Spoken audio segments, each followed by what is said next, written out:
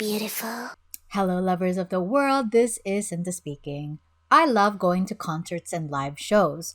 When I found out that Explosions in the Sky was coming to New Zealand, I was really excited. I wasn't super familiar with the band's whole discography, but I was really looking forward to being part of a post-rock concert for the first time, and I knew that even though I wasn't super familiar with their music, I would still enjoy the live music performance, and I was correct. But I am getting ahead of myself. If you're new to this channel, this is my series that I've started to call Concert Ethnographies, where I attend the concert and share my experience with you guys alongside the video clips of the night. It's sort of a review, sort of an analysis, but it's mostly done to document and record my memories. So let's get this underway. So I've known about Explosions in the Sky since I was in high school. I think I came across their music for the first time when I was scrolling through Tumblr. And I would say that my music taste was such that even though I had room for the occasional post-rock song in my musical diet, I would say I don't have a voracious appetite for it in the same way that I would have for other genres, like K-pop, for example. So yes, I would say that I am pretty unfamiliar with the genre conventions of post-rock, but I like this band in particular, and so I saw it as an opportunity to learn just as much as it was an opportunity to enjoy the music. The concert happened on the 19th of May. This was my concert outfit. I first went to uni to do some work before the show started, and I managed to get these really cool photos courtesy of my friend while there was still daylight. I also pre-gamed for a little bit before going to the venue because I didn't want to spend a lot of money on the alcohol when I actually got there. And then eventually I took a very short bus ride to get to Power Station.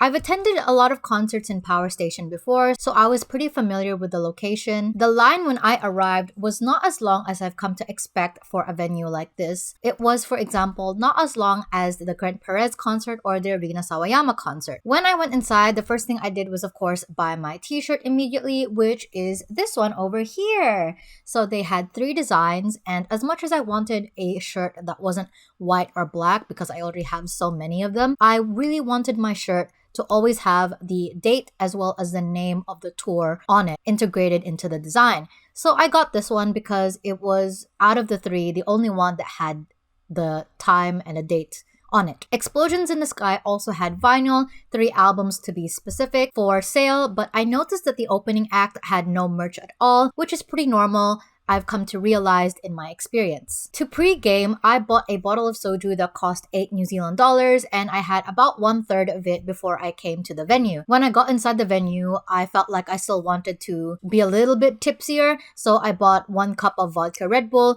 and that was $15! 1 cup of vodka Red Bull that had like 1 shot of vodka and then the rest was what? $15. My goodness. Like, that's so crazy. It made me wish that I had just finished, like, drank a little bit more of my soju before I went inside. I obviously left it behind because I didn't want to be carrying it around with me. But yeah, I just wish that I had, like, drank a little bit more so I could have saved that money if I knew the prices was going to be this high. And I've been to these concerts so many times that you'd think I would remember how expensive they were. And in the back of my mind, I do know that they're really expensive, but just not the exact price.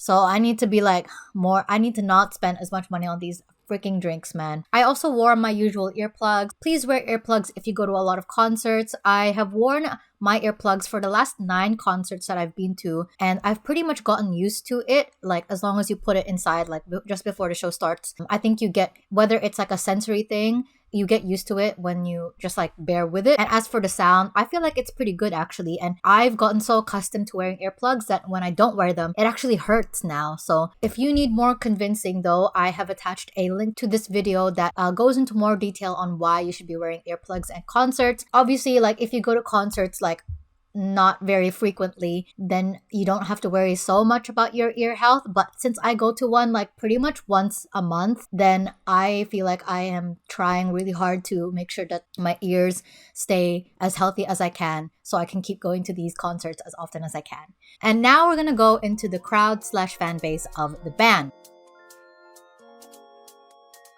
based on my observations, of course. And again, this is my first time going to a post-rock concert, so I was really curious. And I did have a lot of like hypotheses or assumptions going into the venue on who I would see or the kind of people I would see. Yeah, I want to share what I thought about it. So basically, audience was definitely like at least 25 years old above or older. The age range like from then on can be a bit wide. So like I want to say like 25 to like 40 years old. And although the people could have been younger than they actually are, I feel like I do have a hard time telling how old people can be unless there's like really obvious indicators like gray hair or like a baby face. But there was definitely hardly anyone that I would say was in their early 20s. There was absolutely zero teenagers because the venue was only 18 plus only. Yeah, definitely on the older side. Unlike I think with the National, where I think there was definitely a lot more older people, but like there were people who were like young, like Gen Z vibes.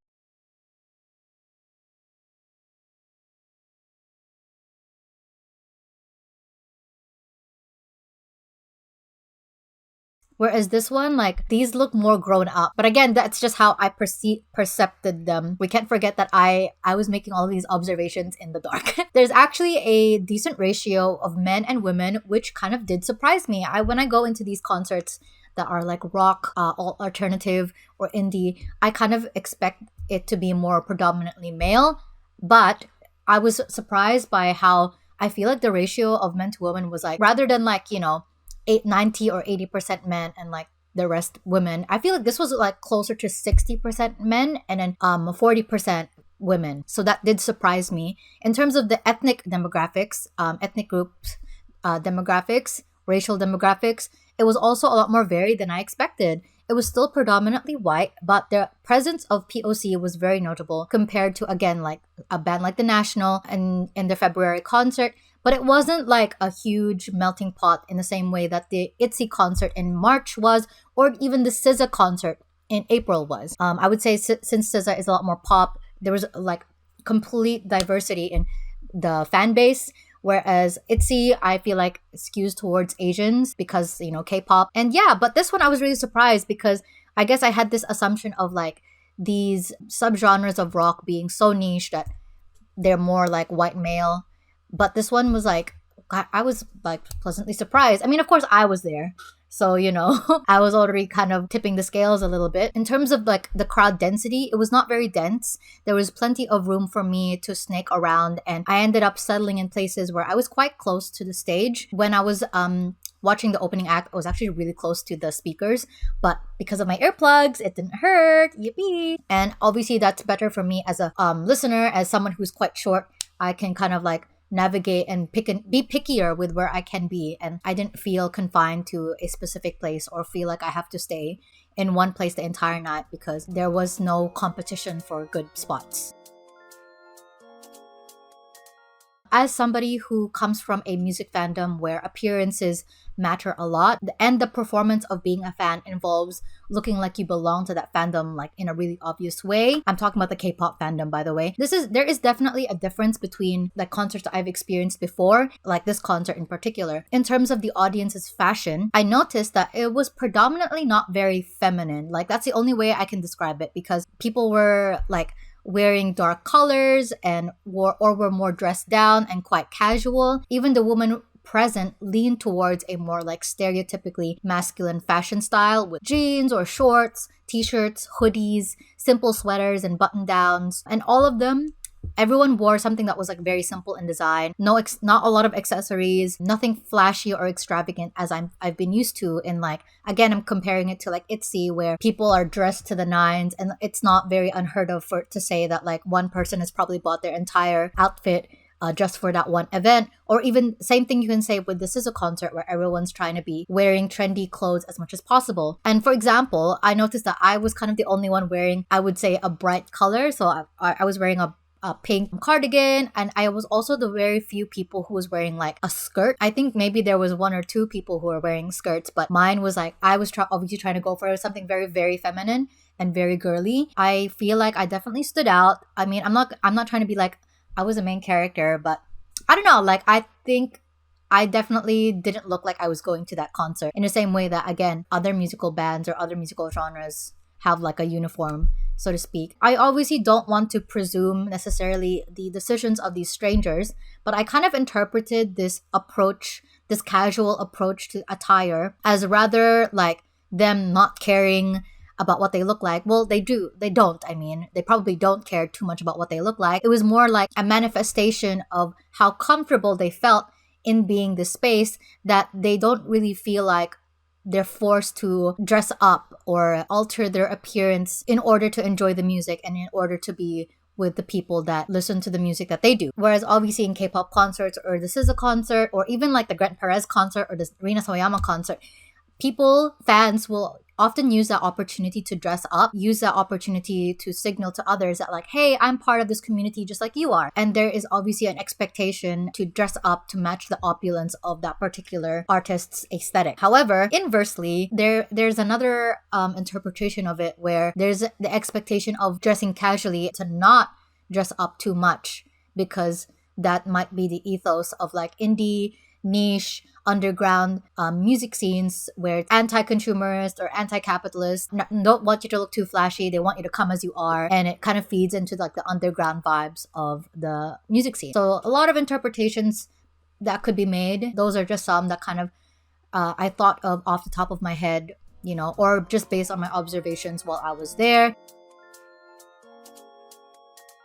Okay, now it's time to actually talk about the show itself. We started off with the opening act. Either I didn't hear them properly the first time when they introduced themselves, or they just genuinely forgot to say it when they were introducing themselves to the crowd. But like, I didn't know the name of this band until the very, very end when they were saying like, thank you and goodbye. I thought it was really interesting that they forgot to say if they did forget to say their name, I thought that would be kind of funny. You would use this opportunity as an opening act to like promote your music and stuff like that. So I thought it was funny that like, it wasn't until the very end of their act that I was like, oh, their name is Young Moon. So the band's name was Young Moon, and I thought that their music was quite nice. Kind of reminded me of The National in a lot of ways, but it might just be because the lead singer's voice had the same really deep and wary tone that The National has.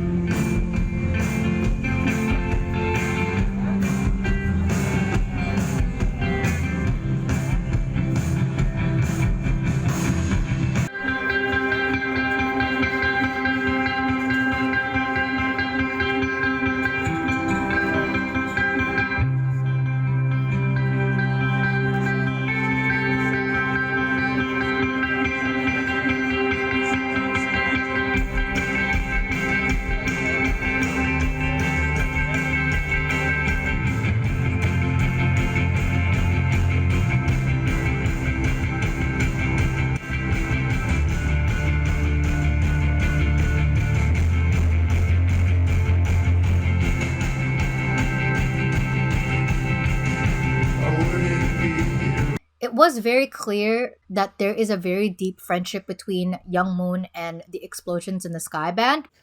Being fucking blown away, and I remember Michael specifically, like, in front of me, and just how entranced he was in the music, and it fully affected me, and it still affects me to this day, and I'll never forget that moment.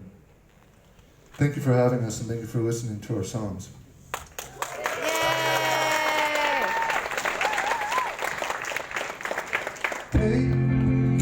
And I thought that was very, very sweet. I think I heard that one of the members of Young Moon, the lead singer, I think, live in New Zealand now. So I thought that was quite funny. It could be that they were chosen because of convenience. Regardless, I thought it was interesting that the band, the opening act, actually wasn't a post-rock band themselves. But I think maybe that was like intentional because, post-rock is very long and drawn out, so maybe it wouldn't really have made for a good opening act. You only have a short amount of time to perform, perhaps. And then after the opening act, there was a 30-minute interval to allow time to set up for the show, and it also allowed time for the audience to breathe. I myself felt kind of dizzy, which was confusing because I swear I didn't even drink that much alcohol. But I had to sit down, and at some point I leaned my head against the wall at the upper level of Power Station, and eventually I felt a little bit better. I decided on my spot just before the band arrived. When they came on, the lighting was abysmal for filming, so you'll have to excuse my terrible footage, but I hope that you enjoy the sound at least.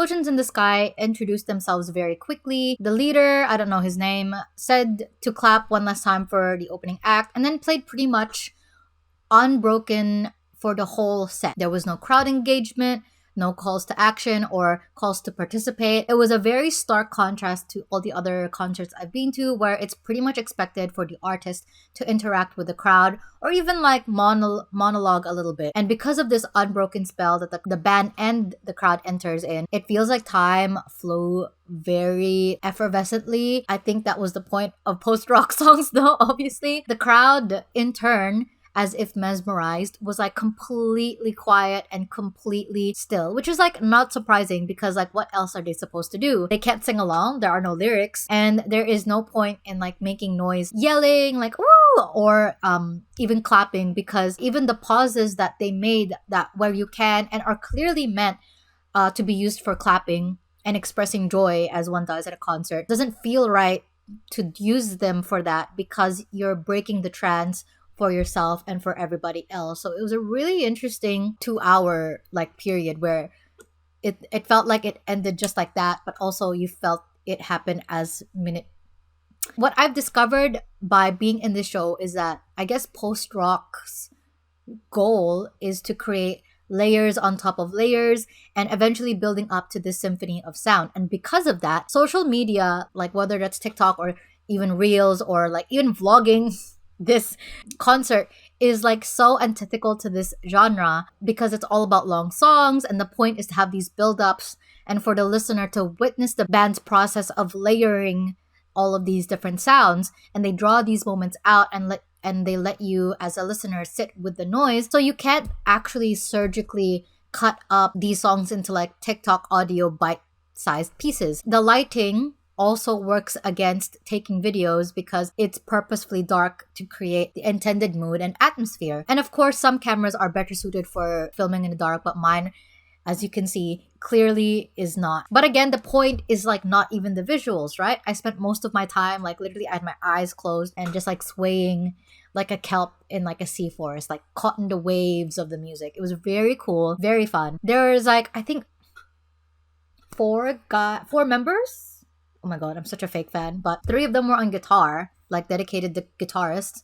And then this guy at the back was playing like 3 different instruments. Like he had like either the guitar or bass, I couldn't tell. And then he had like a synth piano in front of him that he was like using. And then drums on the side as well. And he would just switch between these 3. And I was like, whoa, this is so cool. I've literally never seen that up close. I don't know if you can see it in the footage that I have, but the 3 guys that was playing the guitar or the bass, I can't tell, would often be kneeling on the ground because they have to like fiddle with the pedals on the floor, which I thought was really interesting that like instead of like, I don't know, I've just never seen that in a concert before. And it made for a really interesting like visual like thing. And then eventually their closer song was absolutely incredible because the final moments included the band going really, really, really hard and intense, putting their all into the music and really the instruments.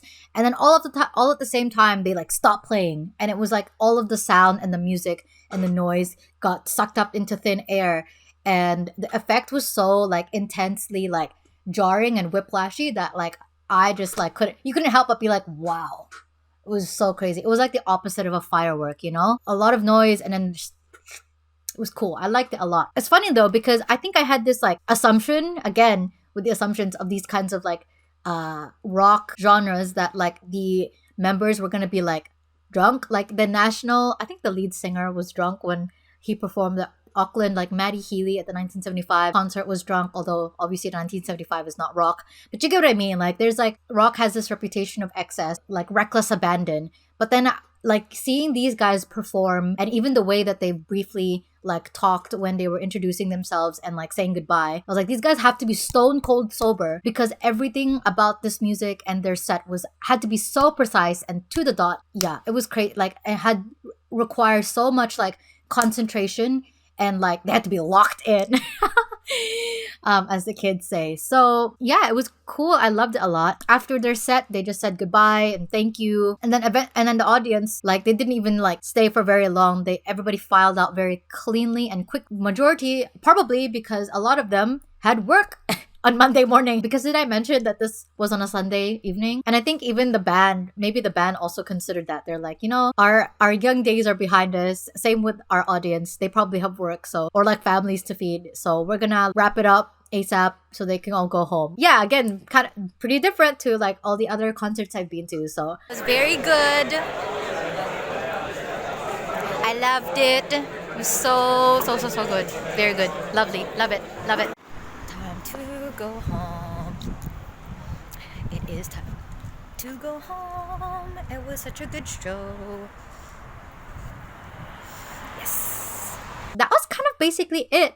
My final thoughts was that I loved it. I would definitely go again. I learned a lot and I really want to learn more. Maybe if Explosions in the Sky or another post-rock artist comes here, I'd love to go and see if there's any differences, or if these are consistent features of this specific music scene. Thank you very much for watching this video. If you enjoyed it, please hit the like button. I'd love to hear from you guys what your favorite most recent concert experience was like in the comment section. If you want to see more of my work, feel free to subscribe. My social media links are down in the description alongside my Ko-fi and Patreon page if you want to support my work. Otherwise, I can't wait to share my love with you again next time. I'll see you guys soon. Bye! If he keep up with me, I'm keep on coming back. If he do it too good, I'm gonna get attached. 'Cause it feels like heaven when it hurts so bad. Wait for your love.